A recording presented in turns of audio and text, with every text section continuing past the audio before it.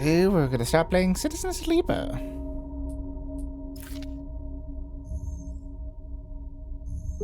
Okay, choose character class. Operator. An operator works with drones and high-precision remote machines to perform complex tasks from a distance.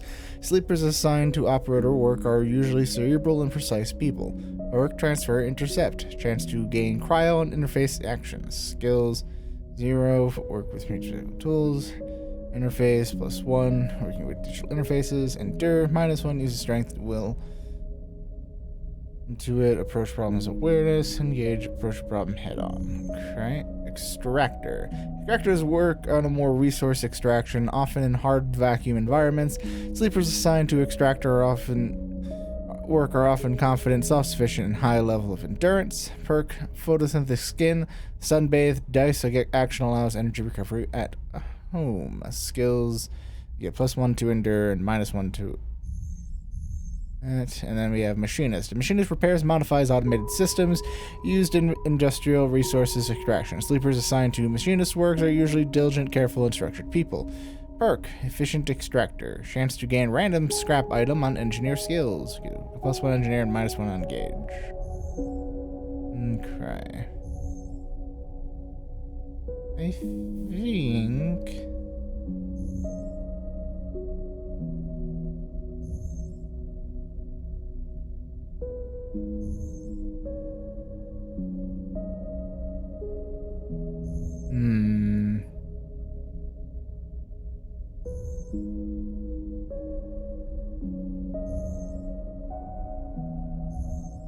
Let's do operator.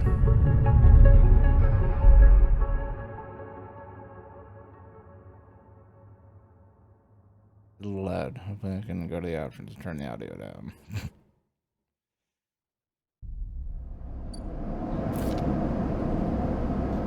First thing you become aware of on waking is the disconnect, the delay between thinking and feeling, between wanting to act and acting, minor but imperceptible but always present. It's as worse when waking, when yourself has spent many dark hours recalling what it felt like to be real, to be a person, and to be a body that was indisputably yours. Leap into a cold lake on a hot day, the sting of blood welling from a fresh wound, the friction of a fingertip. All of a sudden, the memories are closer to you than thought, blurring as you approach until you can't tell one from the other. The cold slips in, behind and around you, and the sensations fade out of reach. Perhaps you should be thankful for the dulled nature of this new body. Given your current circumstances, the walls of the container feel immediately present, cold, hard on your back and face, cramping your limbs. You resist the desire to stretch, knowing that the claustrophobia comes next, and retreat a little from your central nervous system. It isn't painful, but not like you used to know the pain at least. In emergency mode, pain is a message, delivered with efficiency and ease, a reminder that harm is imminent. There is no insistent throb or trembling nerves, just a warning delivered from annual quality of the digital notification. Right now, there are thousands of them. Remember the plan. Mostly remember that it wasn't a good plan, that your options were limited, and that once you got the itch to get out, there was by any means possible, and it was either the plan or something much worse. It was simple: collapse the shaft, drift away in the chaos, slip into the cargo processing, seal yourself into containers, and then hope the freighter left before you were missed. Some were lost in the shaft, others never found the meeting point. Only a few made it to the containers, but the freighter, as far as you know, left. This feels like enough to know that you might no longer be on this grim and heartless rock. Even if the airless hold of a freighter, you might freeze solid along with before you reach your destination. Try to rest. But you are restless. It has been a long time since you left, surely weeks, maybe months. You are dully aware of damage to your legs, your right arm. You have been reserving energy as much as possible, but your body has still need to shut down many of its systems to protect you. It has spent much of that time asleep, knowing that anything else would be impossible to endure.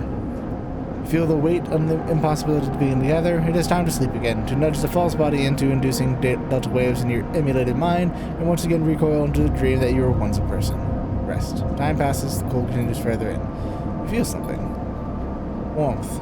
No true warmth, but the indication of its presence. Your joints release from their rigor. Sound too, ever screeching and shimmering so loud that your body ducks into the sensors. Okay, I really need to lower this.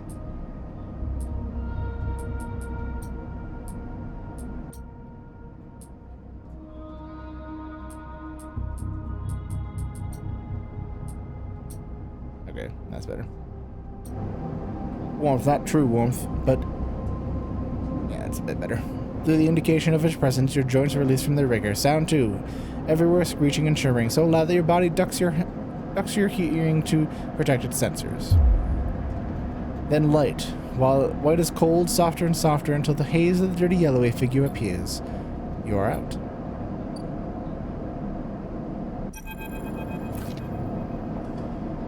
It's been a few hours since Dragos pulled you from the container. You sit huddled in a corner of a scrapyard, swaddled in reflective folds of mylar blanket.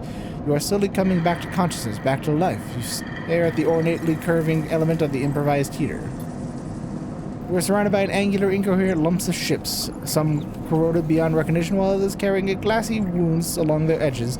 There was a plasma arc sliced them apart. As you traces their shapes, it fogs your eyes for you. So, Sleeper, are you all thawed out yet? Almost. Never seen one of you come in like this. New frames must have been better perseverance in the sub-zero vac. Seen more than a few of you frozen solid in hull plates with outside outer locks in my time. They weren't so lucky. Dragos comes into focus, shrouded in makeshift tech, his headset with its glinting eyes and mark of drone operator on his shoulder. One of his sympathetically linked drones perches its irising eye, locking you with an unflinching stare. Last living sleeper that came through here, the yard, was a while ago. He didn't last long. You struggle to read his expression beneath the tech, but he seems lost in memory for a moment, or perhaps he's just figuring out what to do with you. I plan to survive. What happened to them? I plan to survive. You aren't sure if he hears you. I won't ask what led you to do it, to sell yourself to a corporation, and I suppose you know you can't go back. Your old body, that's theirs now, and you're just software, a rogue emulation illegally possessing corporate property. You nod along, remember biometrically signing the forms, the cold floor on your feet as you were patted into the sleeper cells, the promise of a life off-world. But as you do, you get now a familiar sensation that these aren't your memories. These are the things you know, things you feel, not things you feel. You are no longer the person, you are an offshoot, a copy. Why won't you know? What you won't know is what's ahead. At least that's the last one, didn't? There's no easy way to put it. Your body of yours is falling apart. It's not for any sleeper who makes it out of SN wants to protect their property. But if you can't keep hold of you, there will be no one who can. Remember that. You remember that too, or at least the rumors of it when the other sleepers. Planned obsolescence. A built-in dependency on the regular administered supplements that were part of your routine. Stop taking and your body begins to shut down, separate from your emulated mind. How long has it been? How long do you have? But for now, Sleeper, you're one of the lucky ones. Dragos glances up and away towards the glassy dome of the yard. The eye is the best place you could go right now. The eye? Situation. You'll see you soon enough. Dragos impatiently shifts his weight. Look, I've got things to be getting on with. He trims off. There's an old freight container I've been using as a storage off in the stacks. We haven't been pulling in much valuable scrap these days, so you're welcome to it. Something wells up inside you. Emotion, fatigue, you're shakily get to your feet. Alright, you head on up there. You look like you need some rest. And with that, Dragos walks back to the Rex, his drones already converging on the roasting hulk. Plasma flashes silhouetting his spindly figure as he returns to work. Welcome to Erlin's Eye. Life on the Eye runs in cycles, during which you talk to characters, explore areas of the situation, perform actions.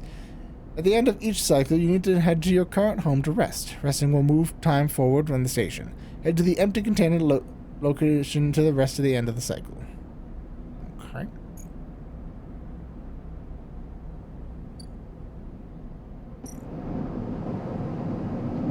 In cycle.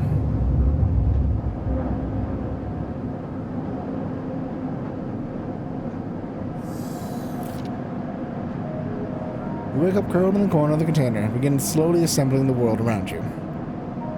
After all this time, you still find this body, the one you wake up in now, strangely disjointed. Its message is readable, but somehow wrong. You sit up, pulling the mylar blanket close against the cold. Here you are on this ruined station, millions of miles from anyone you know. Are you still in the system? Did any of the others make it out? It's impossible to know. After all this, what matters? Escape, getting answers, building a life.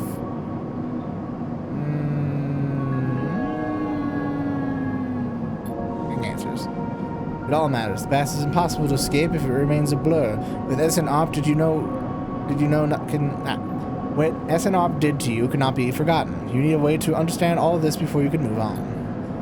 Where are you? What is this place? What happened to the others? The questions outnumber the answers. You want to change that, and you'll have to learn to survive first. Gregos has left a few comforts in the container: the mylar blanket, the bedroll you slept on, a canister of water, and a makeshift electric stove, and some faded sketches of some disastered powder. You thumb the powder stub on the stove and begin to boil the water. The contents of the satcher smell like damp wood, and you sprinkle them into the liquid. As the pungent smell washes over you, images of your restless sleep come back to you. A ring like the station, but skeletal and ghostly. A web of threads pulling at your skin. A constellation of bright polygonal shapes like angular suns burning into your mind. There's something unpleasantly visceral about these images, and it's long after you've finished drinking before you begin to fade. You tiny away the stove as best you can and try to gather enough energy to greet the day. Tutorial. Condition, action, dice, and energy. Condition. Your condition represents the current state of your artificial body. It depletes by one segment each cycle, but also can be damaged by violence, injury, or lack of food. In your condition bar empties, you will suffer a breakdown. You have to figure out how to recover your condition, but now that you no longer have access to corporate pharmaceuticals, that will be keeping you alive. Action dice. At the start of each cycle, you roll your action dice. These dice can be used to perform actions on station. The number of dice rolled is based on your current condition. The worse your condition, the fewer the dice you have. Once you have used your dice, you cannot take any further actions and must rest to recover them, ending the current cycle. Energy. You also need to eat to survive. This represents by your energy bar. You can refill your energy bar by eating, but first you'll have to find somewhere to get food. Your energy depletes by 2 segments each cycle. If it becomes empty, you'll be starving. When starving, energy loss becomes condition loss, and your condition will also deplete at double rate per cycle. Okay.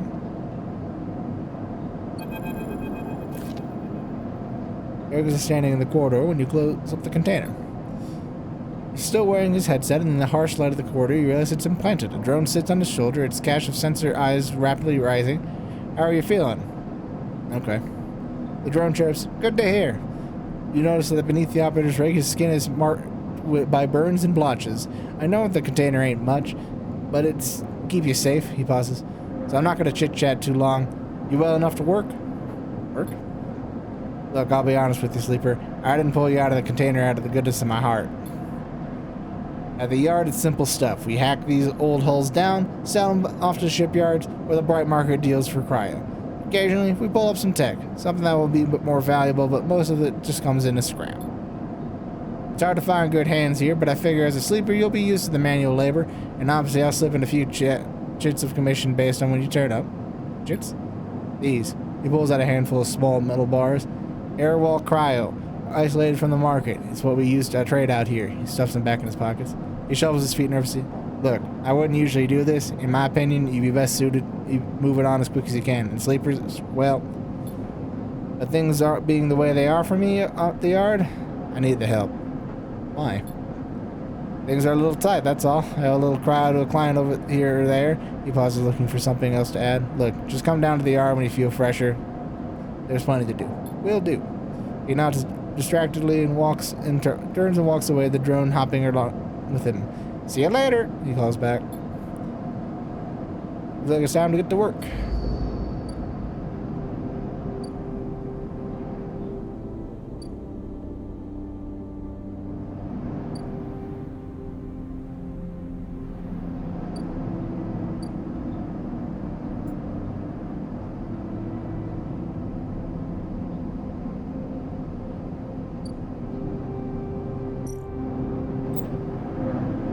Tutorial actions. 1 of 2. Actions are the primary way to interact with the world of Citizen Sleeper. To perform an action, select that and choose the action dice to assign. Hull dissection. When rusted, even the rusted hull can hide valuable components and materials. Extracting them means carefully cutting skillfully.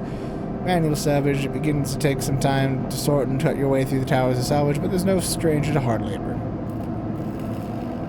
Actions reward you with clock, progress, energy condition, or items depending on the outcome. There are 3 types of outcome. Positive, the action gets better than you expected. Neutral, the action succeeds. Negative, the action fails.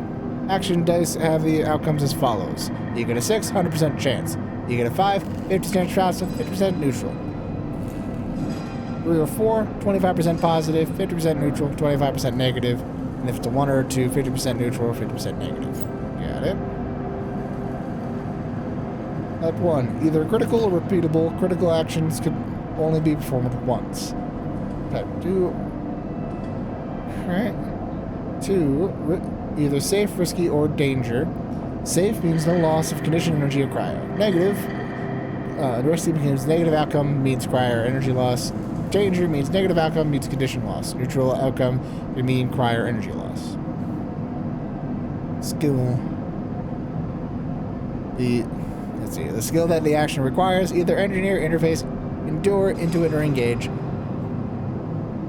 Either -1, 0, or +1, or +2 has been added to the action dice when spotted. An improvised its value. Some actions require +1 to perform. Okay. So, like, I wouldn't want to do this one because I have a -1 on endure, and that would make the dice roll harder.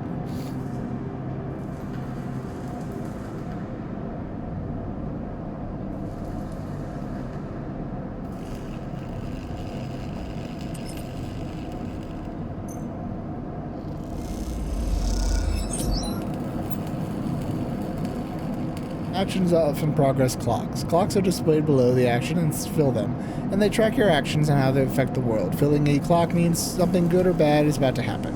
Some clocks, such as the one taking Drago's debt, or cycle clocks, these clocks tick themselves once each cycle and complete without proper input. Any active cyclocals will be displayed in the icon on the location.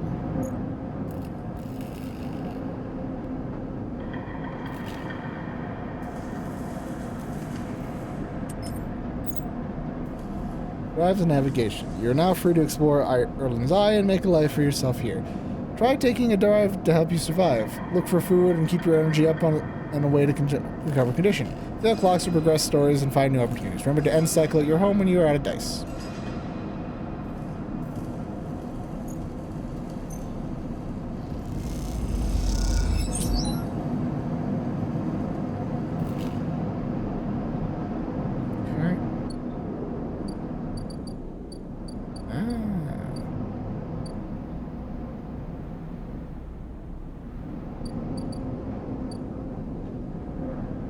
Dock, old dock terminal, dock, bustling open market.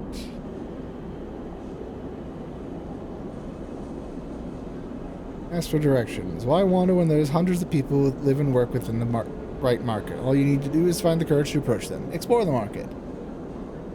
The smell of sound and buzzing activity, the brightest market makes it the dizzying place of wonder, but enticing too.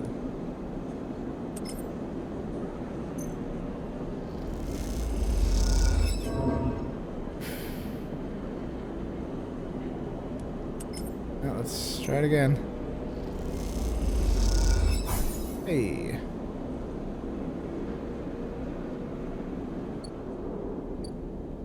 Well, I'm out of dice.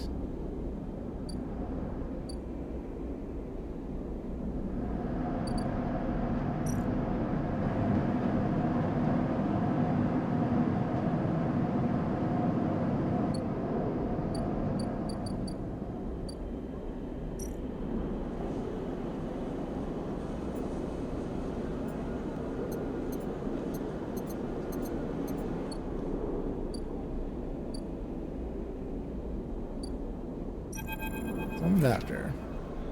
Next comes the call from the enforcer at the door. You shuffle down the flickering hallway towards the open apartment door. You keep your head down and your shoulders high in the queue, trying not to bring attention to yourself.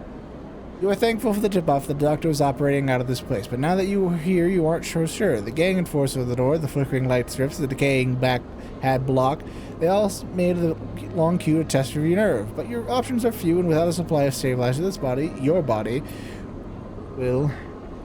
You suppress the shiver and shuffle towards the front of the queue. Try to find something to distract yourself. You lean against the doorframe and look into the apartment. The entryway is dark and punctured by green indicators of stacks of sealed containers. You lean and see amber light flickering through the far doorway, screened from plastic sheeting, beyond which blurred shapes move. The slap of the enforcer's palm against the doorway jerks you awake. Wait your turn, he growls. After a few moments, a figure pushes through the doorway and you catch a distant voice. Down to the next one, Toshiro. The enforcer jerks his head and you slip inside, passing through the dark entryway and pushing through the plastic sheeting to the far door. The room beyond is bathed in warm light. A floor-to-ceiling transparent panel gives a full view of the bright market-sealed roof and buzzing traffic above, and for a moment, you're transfixed by the motion. Come, sit, calls a sharp voice, and you see a silhouetted figure turned away. Replacing the plastic sheeting over the frame of the simple folded bed, you make your way across the room. The figure turns, and as you can see, an expression of confusion flashes across their features. They open their mouth as they speak, they blink, and then quickly regain their composure. Sabine. Please sit. They gesture to the bed and then turn to open the case of tools on the table. You sit. Sabine turns, a compact diagnostic standard of some kind in their hand. They hold to their eye. Remain still, please. Their phone is clipped and businesslike. You stare ahead, still dazed with the expression when you first entered. Fear, recognition, sadness, unmistakably etched across their face. How long have you been on this station? They ask, with the scanner still in their eye.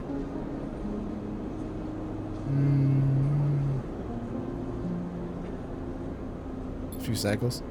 They nod. It's good you came to me. They set this diagnostic scanner on the table. I'm going to start by assuming you don't know anything. They take your arm and roll up your sleeve, inspecting your synthetic skin. Your body is dying, they say, without ceremony, without drama, but not without empathy. SNR doesn't like to see its proprietary technology loose. To prevent bodies like yours, frames, as they call them, from being stolen, repurposed, or in a case escaping, they built a process of so-called planned obsolescence. Frames decay rapidly when not regularly injected with stabilizer. One each SNR remains the sole producer of. They look up. Sound familiar? Yes. Good. That may help. They swap up to your other arm, running some thin metal device over your skin. You feel your forearm tremble. I'm sorry, Sabine says, and you're unsure if they mean the cold touch or the metal of everything else. Emulations like you, sleepers of most people know you, aren't classified as people in any of these surrogate systems. You have no rights, no status. They focus hard on the inspection of your arm, and SNR has no reason to release stabilizer into the market. Sabine looks up to you and apologizes again, but then stops themselves. I know little of this of use to you, then turns away, disassembling the metal instrument and cleaning it. Silence fills the room as Sabine works, and then silence gives way to tension. You stare at their back, willing them to say anything. Sabine turns to face you. I may be able to help, but they sigh and see the darkness under their eyes, hear the fig eating in their voice, their gesture to the door. You saw Toshiro outside? You nod. He works for my benefactor, Yatagan. They are influential in the low end. He gives me this space to work, run the door, and take the profits. At the same time, I have to fix up their enforcers and tend to their implants, sew up their wounds. They look away. But Yatagan has connections. Smugglers from the Starward Belt, mercenaries working for the corporations on number. If they can source the stabilizer, maybe you'll have a better chance. Sabine sets down their slate, their notes complete. This is dangerous, and it'll be expensive. But you can do it. But I think you can do it. Why help me? Sabine looks away from the window, their face draped by the shadows of passing drones. Let's just see if this works first. I'll let you know when I have a lead. You nod and leave. Sabine will still staring out, unmoving. When you reach the lower level of the market, you look back through the panels of the roof and see that you can see their face, but the room looks dark against the lights at the market. You duck your head and walk off into the crowd. 1 second.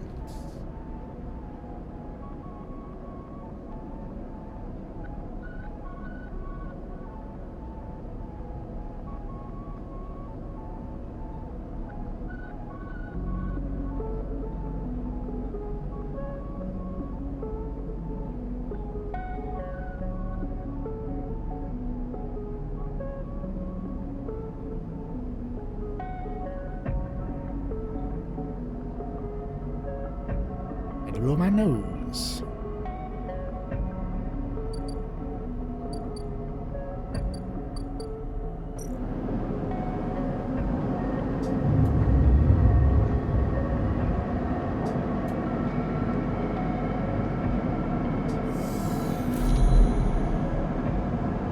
Time you don't wake up inside the ghost station, the shifting cylinder ring surrounds you. For a moment you are gone, absent from your own body, stretch out across countless void, and the connections begin to establish themselves, tugging at the edge of your mind. These threads become vectors of exchange and the extensions as you feel your thoughts slipping away down them, dissolving into millions of distributed nodes. They connect to you. As you see the station, you feel the station, with a web of textures of smooth black liquid. Observe it. Even though you have no eyes, no sight, you feel the map of the station. No, not the map of the station, but its map of its connections. Its looped cloud like spokes and spires you jut into space. It is an ingrown thing full of obsolete loops and severed pathways. It is a system, a map, and a territory all at once. You notice a tugged feeling pulling at you, insistently, as if it was a small child. Somehow it is pulling in two directions at once. You look down. All of a sudden, everything shuts off. You come back trembling to the unfamiliar body, both yours and not yours all at once. You find yourself standing in a container, eyes now open in the dark steel walls. You feel the change within you, a shift. You close your eyes for a second, and you feel it waiting there at a station splayed out across your mind. A storm of connection nodes waiting in the explored, and then it's gone. I need to find food.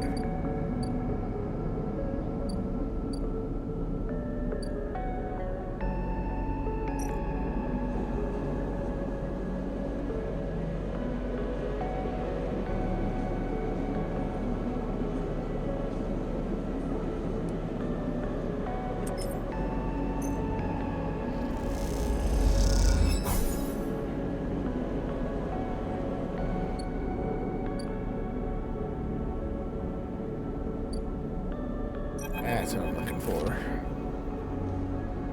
Memphis is busy, his bald face uplit by the makeshift gas burners in front of him. With precise, delicate movements, he lays thick chunks of marinated fungus into a dented wok, his other hands idly tossing a meat bowl of sliced vegetables in some red flake dressing. The smell is incredible. You watch as he fulfills the set of orders, heaping the fungus from the bright salad and depositing it into plastic trays. A stack of chits rattles in his apron pocket as customers file past the burner, handing over payment. You join the queue. It is mostly made of off-duty salvagers, back suits unzipped and rolled down to expose stained vests, grabbing mobs and latest of scars and tattoos. They discuss the best food in the eye, the best drink, comparing notes in the bright market dives, their words cut through with heavy space slang. Eventually it's your turn. You shuffle to the front. Memphis speaks in deep, even tone without looking up. First try is free. Thank him. The smell is almost unbearably strong as he cooks an earthiness of the fungus laced with something so spicy the smoke makes your eyes water. The heat from the burner is like a bonfire and your skin hardens at its glare. I know you. You sleepers? Memphis says while he cooks, his voice deep but clear. A hard life, a lot of stories. He glances up from beneath his cap with piercing eyes. I know. Tell him a story. You begin to tell him about your journey to the Eye, and he nods as he cooks, his eyes never leaving his work. You tell him of the confusion and pain, but the sense of possibility and its sudden arrival. You tell him of the cold to the dark of the container and the endless cycles spent within them. But now it seems to tell him, but some dream that you had never been, that can never be forgotten. You can never forget. You tell him the Eye excites you, and that scares you, and you're unsure where to walk, where to look, and what to do. Eventually you trail off, running out of words. You place the plastic tray of stinging fungus in your hand. Next time we can talk some more, he smiles. But next time, you pay. He slams a heavy hand against a button on the burner's side and it shuts off. The roar of the flame and its press of heat fades. Next time then, sleeper. He waves you away and begins to oil the wok. Before you turn back to the alley, you notice the geometric patterns of circular scars across his forearms, each surrounded with a constellation of glinting pin marks. You walk away, and as you do, you take a bite of the rich, spicy, electric, sweet fungus. Your taste sensors light up with a fusion reactor. You'll be back.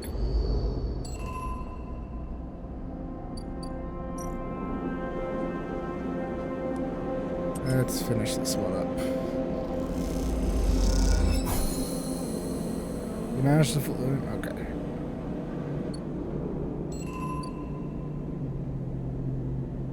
Discovery. Drive.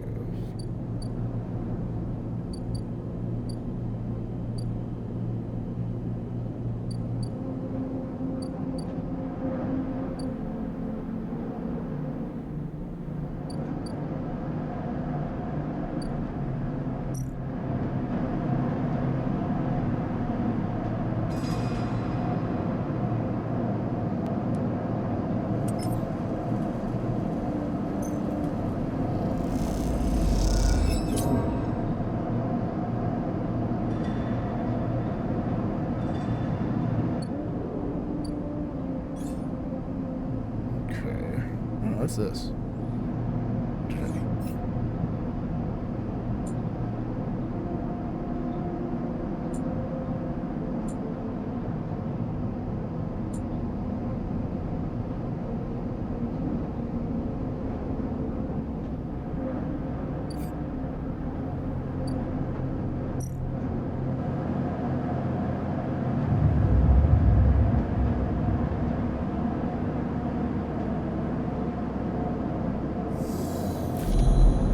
Again, the skeletal ring of the station fills your mind. It sparkles with glittering lights like stars reflected on a winter lake. It is clearer, crisper than before.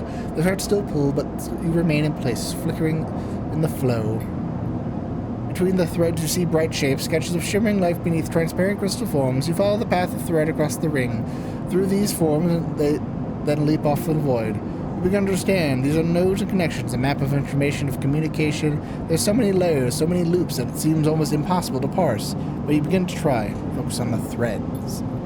There are more threads than you can count. You choose one that passes nearby and approach it. As you inspect it, you understand why it instinctively chose the word thread when you first saw them. They're not single lines, but rough, fuzzy things, woven from data strings of all kind. Threads and nodes, passengers and puzzle boxes, one leads to another. There's so much here, so many answers, so many questions. All you need to do is follow the paths and open the boxes. You look out across the ghost landscape of exchange and see an opportunity. And then you insist, and then the insistent tugging again, pulling at you. You look again and you see the two lines, two threads pulling in different directions, as if they were tied around you. First thread leads out away from the station. It's inky black. Someone out there is tracking you, hunting you, following a thread to you. They are in a ship, and the ship is approaching ever closer with each second. The second thread leads in, pulling deep into the station. Your gaze follows it, and this time you see something, a sphere, shimmering above a strange, angular body. A pulse shoots out from it, passing over you like a torch beam, testing you, tasting you. You open your eyes. Time is short.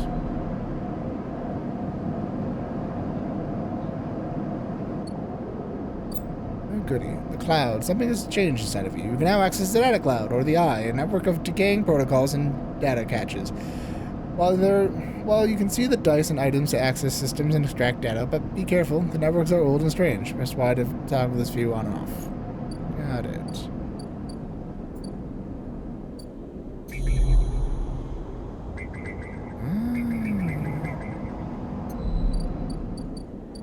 Everything's fast. I need food.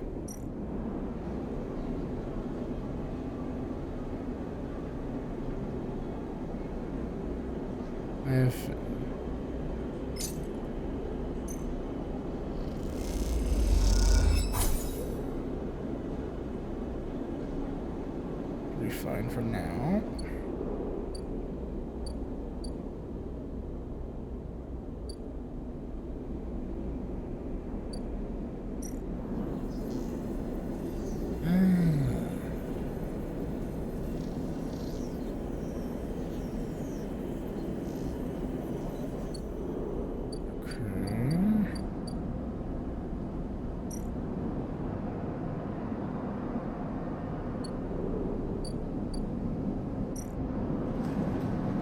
Let's see here.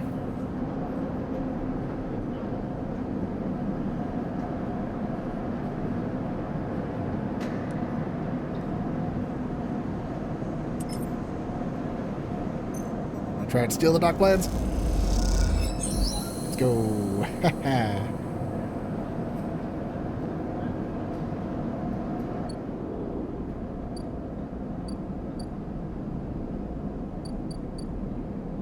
Dealer dock.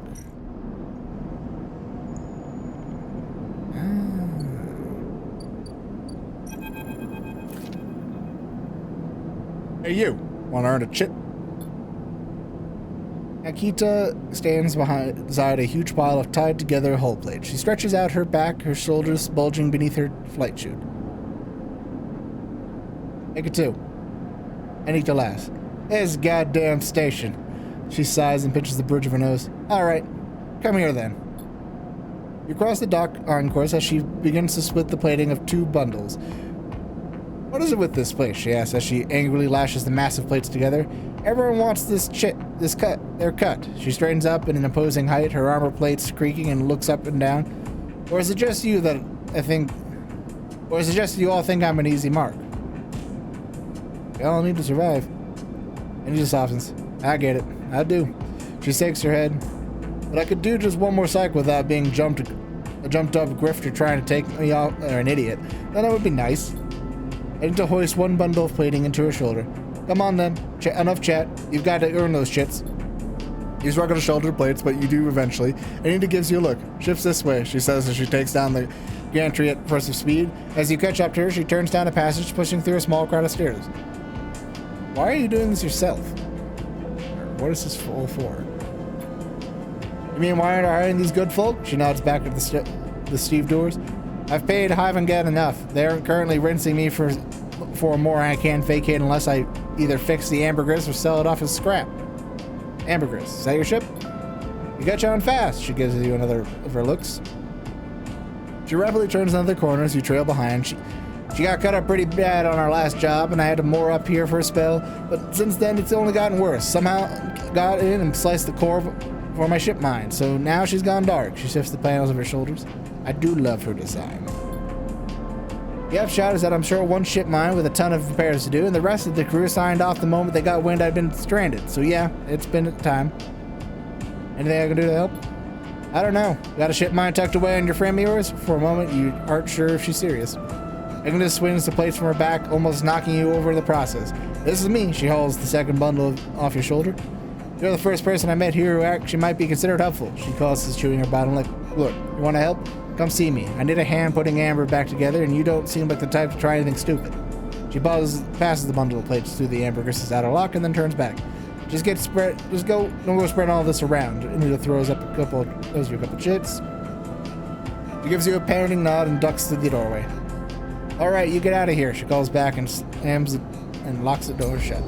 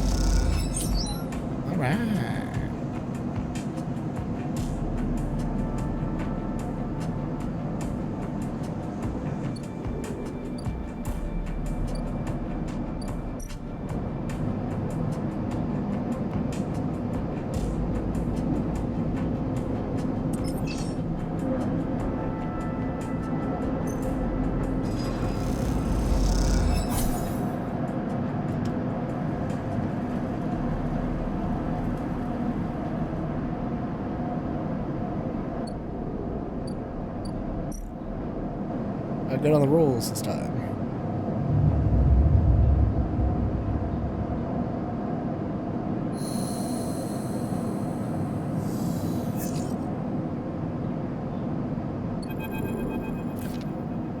As you close up, a voice echoes down the corridor towards you. Leaper, wait up! Turn. Fang is coming down towards you. He's a wonky grin on his broad face. Hey, glad I caught you.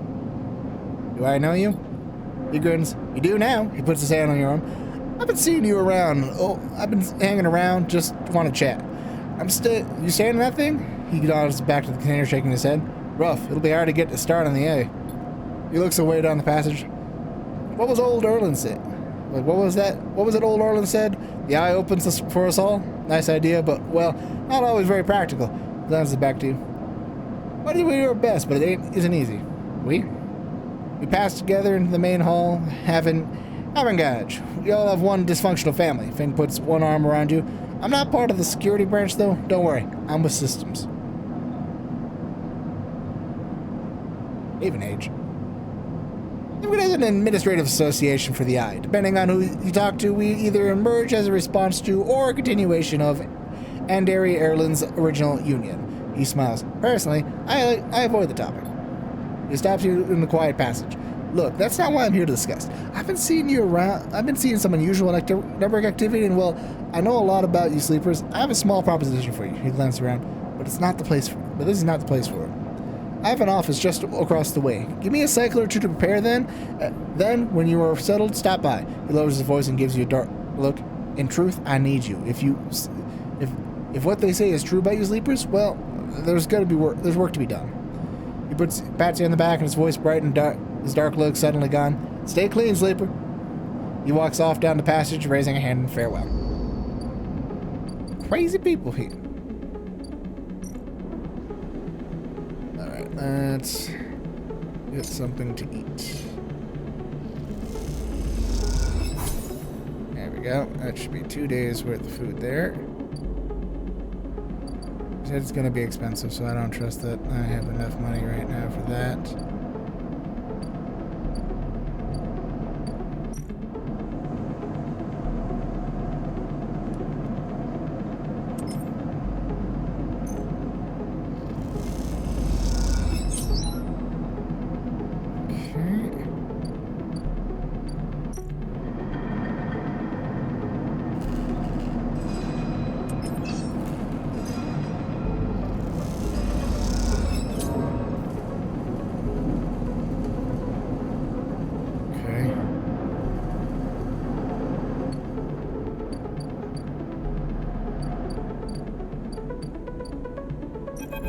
Hopefully 37 is gonna be enough. First thing you see when you entering a glint of Tashu's implants, like a cat's eyes in the dark of the corridor. He nods to you as you arrive at Sabine's door. The entryway was still dark, and he pushed through the sheeting into the surgery. I have it. Sabine stands with the case open in front of them, a set of vials lined up inside, separated by foam inserts. They pick one up and rotating in warm light. I have no idea how Yadigan... We should treat this with caution. It looks authentic, but I have no idea if it really is what it appears to be. On the test case? That seems to be the case. Unfortunately, I'm not sure we have another choice. They adjust you to sit on the bed. Stabilizer works under a similar principle to an immunosuppressant in a transplant operation, in that it stops your body from rejecting the unfamiliar part of itself. In the case of your frame, the unfamiliar part is each of your biosynthetic organ groups, which over time are identified by your body as foreign material and therefore must be eliminated. Sabine holds up a vial of would-be stabilizer. However, unlike an immunosuppressant, the stabilizer doesn't do this by limiting your entire immune system. Instead, it re-encodes your biosynthetic organs with a new patch of protein chains which act as a passcode within your immune system. The stabilizer refreshes its passcodes, keeping your frame from rejecting all on its own. Passcodes? In very basic terms, yes, they sigh. Look, what matters here is that the stabilizer should be able to encode any organic or biosynthetic matter to be accepted by your immune system. Against the way, at least if the stabilizer is genuine. The only way to know for sure is to inject the vial. They begin to readying the syringe. I will start with a small dose to limit the risk.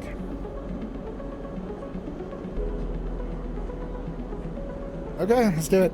Sabine cracks the glass neck of the stabilizer vial and uses the syringe to extract the fraction of the liquid. They tap the syringe and you watch as if the sign market emerge from the clear liquid. You barely feel the needle, your frame registering the initial injection, but little response. The sensation begins to spread from the site, a fizzing, trembling wave that disperses through your arm with an incredible speed. Your vision goes white and then it returns. Sabine appears encased in shrouds of sparkling light, then slowly fade into darkness as you settle back into the bed. What is this, a drug? You swim in darkness, muffled noises like an argument heard from underwater, prickling waves of cold. When you sit back up, Sabine is sitting in a chair by the window, facing away from you, backlit by a glow of her slate. Awake? What happened? The stabilizer is genuine. They sit down beside the bed. I don't know how Yadigan acquired a case of this stuff, but they did. Sabine looks troubled and distracted. You should rest some more, but you are going to have to do that somewhere else. He rushes the door. I have other patients. Sorry.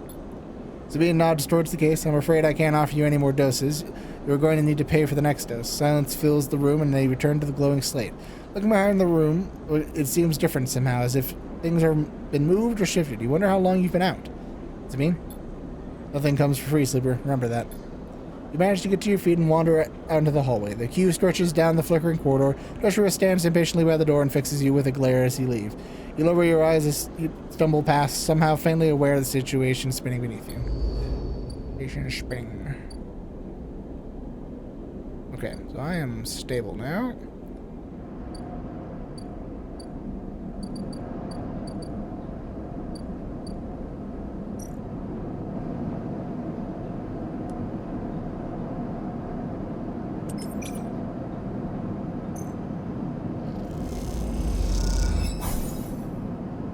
Oh my god. Yeah, energy slap.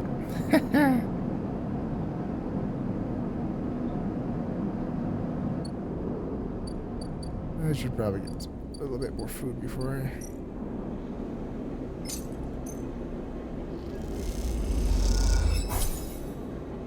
There we go.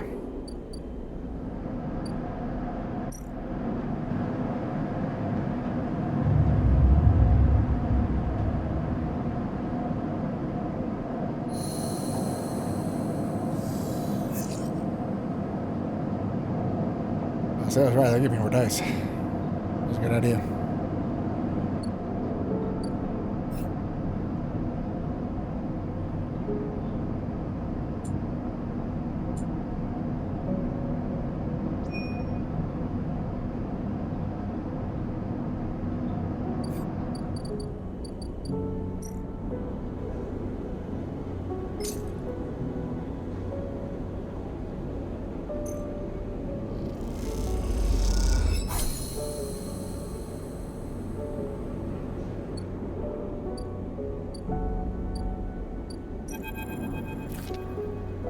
Sleeper!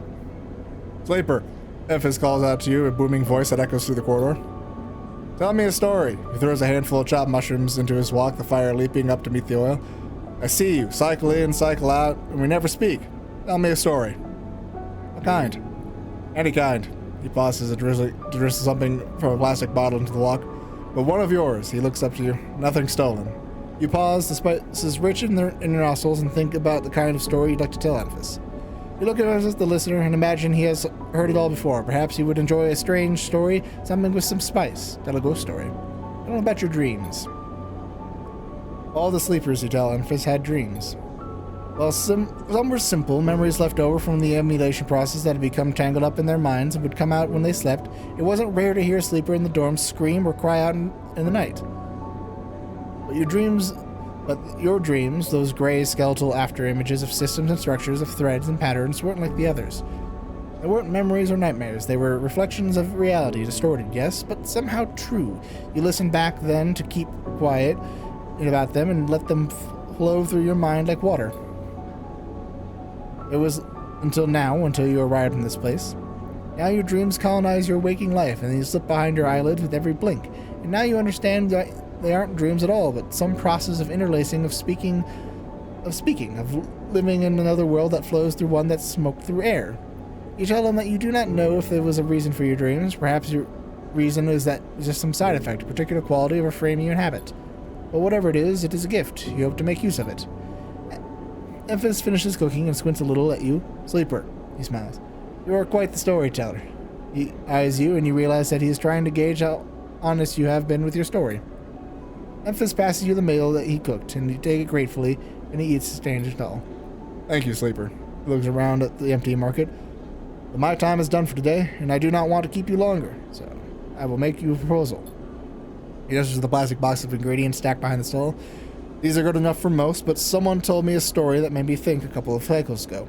They said that across the gap in the Greenway, fresh mushrooms grow. Have you heard of this? No. Neither had I, but I trust the one who told me. Emphasis began picking up things. Can you bring me some? I cannot cross the gap. I worry about leaving my things behind. I'm sure a storyteller like yourself could handle the trip, he smiles. I will prepare them for you, and if you wish to tell it, leave the audience for another story. Agreed. Good. Then I will wait for you to bring them. Emphasis slides his walk away and straightens up. I will prepare a recipe then, Sleeper. Good luck with your foraging. You turn away and walk into the main market. Your rich taste of Emphasis food still lingering in your mouth. Stories for food, you'd think. A trade that seems more than fair.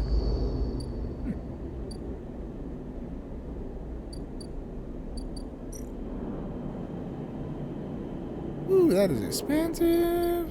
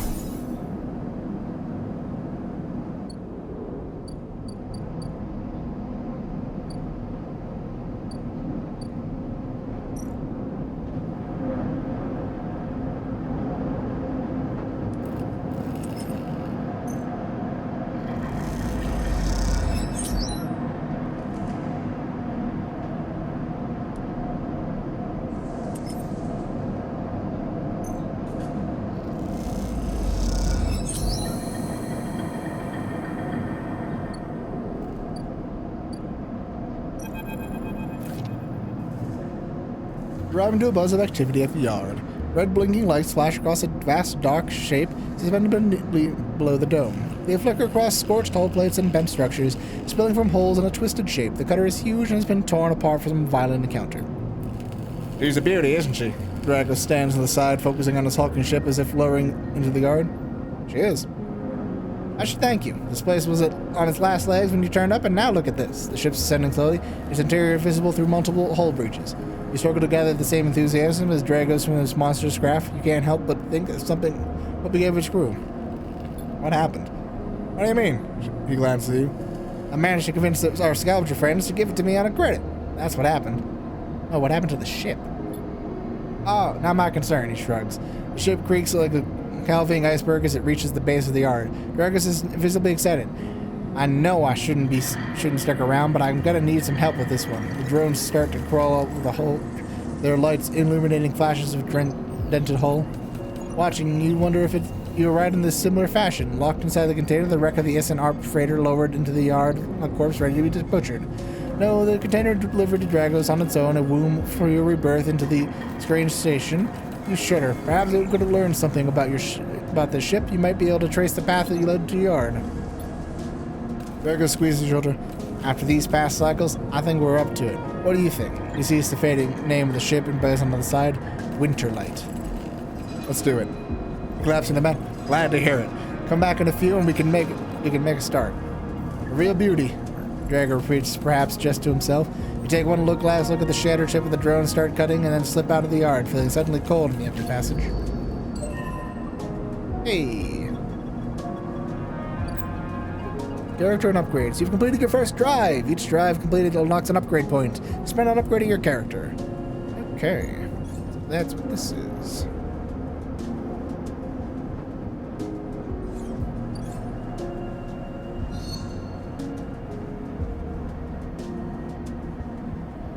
So I can do that one. Interesting.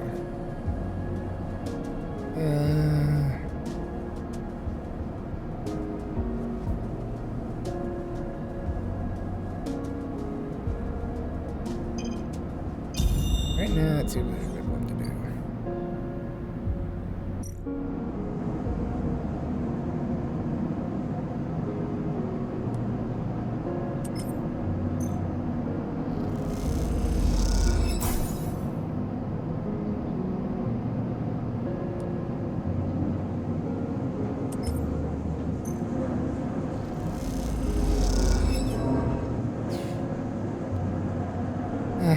Could be worse. I have some scrap. I'm curious. I don't think I could sell it right now though, because I don't have the dice. Oh, I do.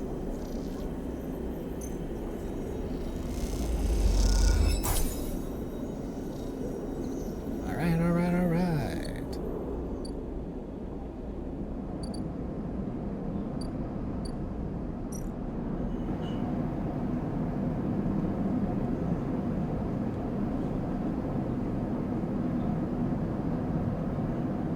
Get drunk. I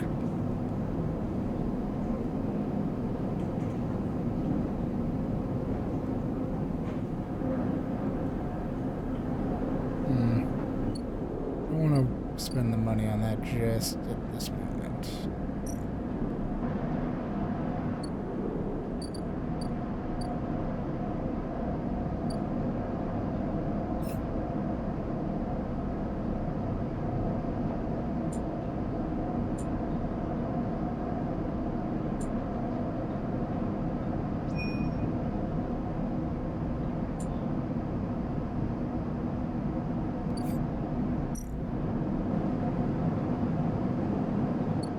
Action scenes.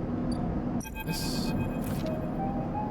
Sleeper! Fang catches your attention as you approach the Avon Age building, leaning against a bay door to the side of the entrance. You approach. Easier to come this way. Scaredy all that. He looks back. He gives you a look. You know. He slams a button on the bay, creaks open, blinking lights in the dark behind it. You follow Fang inside. Truth be told, I don't spend much time upstairs. This is where I work. The door hisses and closes behind you. The bay is filled with pieces of hardware, all rigged up to generators and diagnostic slates and things you don't recognize in the glow of the blue screen light. There's a chorus of hums that blend into the single view of static, filling the dark corridors of the room. Thing leans on a server stack and gestures around you. You like? It's a mess. What is all? I'm gonna go with what is all this? He taps a nearby server stack that beeps to response. This is my treasure trove, all dredged up from the sea of systems we call the Eye. You won't believe what this place runs on. He steps over a towering block speckled with vents. Some of these systems are from the original station, AE1, and one stage in the one Solheim built. We had to invent new components, repair things that were never built, reverse engineer entire subsystems into existence. Residents here look up to the Eye and think they're seeing a concrete reality. But this place is a system of constant flux, decaying and growing, collapsing into new configurations. He walks down between the hardware stacks and you follow. We keep this place alive. We also make it into something new, dragging it away from those corporate origins. He stops. At least that's what I'm trying to do. He turns back to you, face you among the flickering machines humming all around you. I know you can see it too, Sleeper. All these systems and sections, you can, can't you? I can see it. Makes sense, right? You are between here and there, between the people and their systems. You light this place up like a beacon. That's what I need. You glance at the lights around you, and as you do, you see they seem to flicker, to realign, to follow your gaze. Fang notices it too. I'm guessing being a beacon isn't always ideal when you're on the run, though. They're tracking me. You bats at each other. Maybe I can help with that. There's a lot of old growth in this place, subsystems I can't see, access protocols lost to time and decay, secrets. A shitload of secrets. With your help, I can unlock this place, break off of these last ghost limbs of corporate control. He lowers his voice below the hum. Even in Heaven Age, there's old growth, with those roots traced back into those old days. You help me dredge up the past, and I'll see what I can do about that tracker of yours. He winks. What do you say, Sleeper? I'm in. Fang pumps his foot and claps you on the shoulder. Meets your eye. You won't regret it, Sleeper. Fang passes you a ragged-looking metal tab. A gift, he smiles. It's a Solheim cipher. I dug it up from the depths of the station. Slot that in an old network gate, and you'll find it able to open all kinds of secrets from the nodes inside. He walks you back to the front of the bay. Start by bringing me whatever you can turn up. Use the emulated mind of yours and see what's out there. Let's get a picture of how things are. Those above, he nodded at the ceiling. I have granted me the acquisition budget. I can pay you for whatever useful data you bring in. I know you need it. He slams the door button again. Keep it quiet and keep it clean, Sleeper, and I'll see you soon. You step blinking back into the passage, flickering lights still in the back of your mind. Okay. Does that mean like I can do...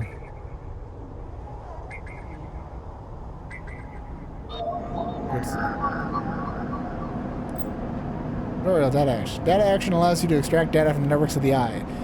They work like dice actions, but in order to unlock them, you must match your dice to the one displayed on the right of the action. If you have a +1 or a +2 modifier in the interface skill, you will give more possible dice to match. You can use any dice that matches the dice display. Okay. When I have dice, that's when I do that. Okay.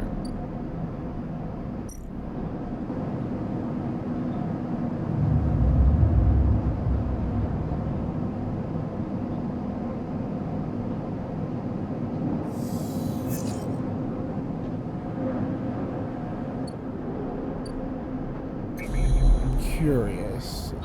This one.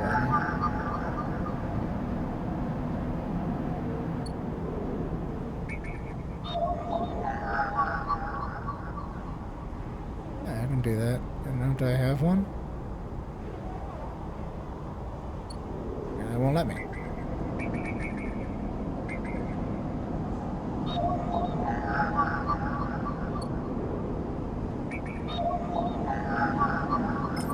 There we go.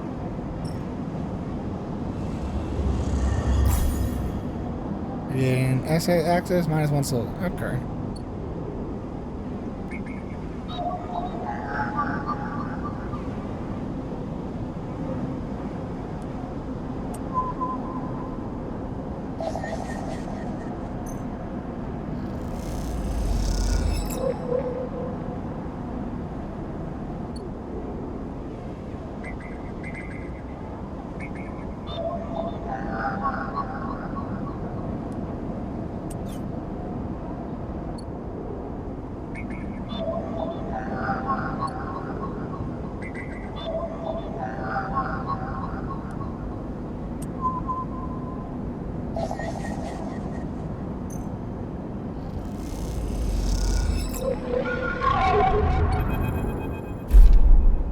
As you drift back from the node, something latches onto you. A thread strung tight around you. It tells you in place. A taste, the voice makes you shiver. Its source somehow both distant and close behind your ear. You see a distant glint of the light shut off, and then suddenly a shape to your side. It stalks around you, circling like a shark, like a wolf. Entity unknown. Astringent. Processing. Resist. You struggle against the thread and it tightens in response, a glittering garrote. Please hold. The thread around you thickens until it is a ring, a cylinder, a tunnel of light circled around you. It is blinding for a moment, then it is gone. As it fades, you see a figure, a creature in front of you. Its strange head flickers between different angles, reading you. What are you? The shape paces around you on lithe legs, though there is no ground here to pace on. Entity, identify, origin, serial, cadence. The figure faces you expectantly. Sleeper, S and ARP. Unknown, known. The figure's strange head rotates.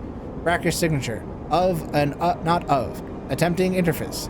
As the figure speaks, more threads begin to spiral from its head. Thick, snake-like, snaking vine-like ribbons with a flex and wave. They approach with intent. Stop! The figure halts its thread, its head twitching. Entity, your identity is unknown. We only seek to correct illegalities. Can you confirm your legal right to sentience? I'm a person. Incorrect. You are an entity.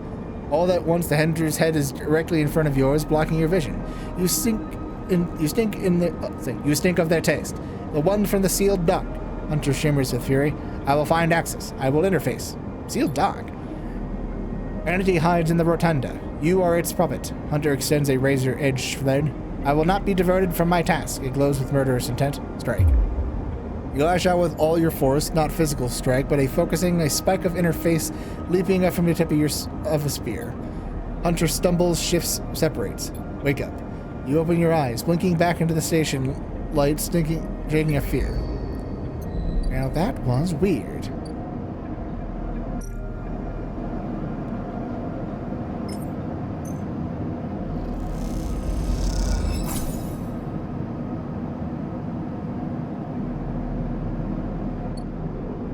I think I will call it there.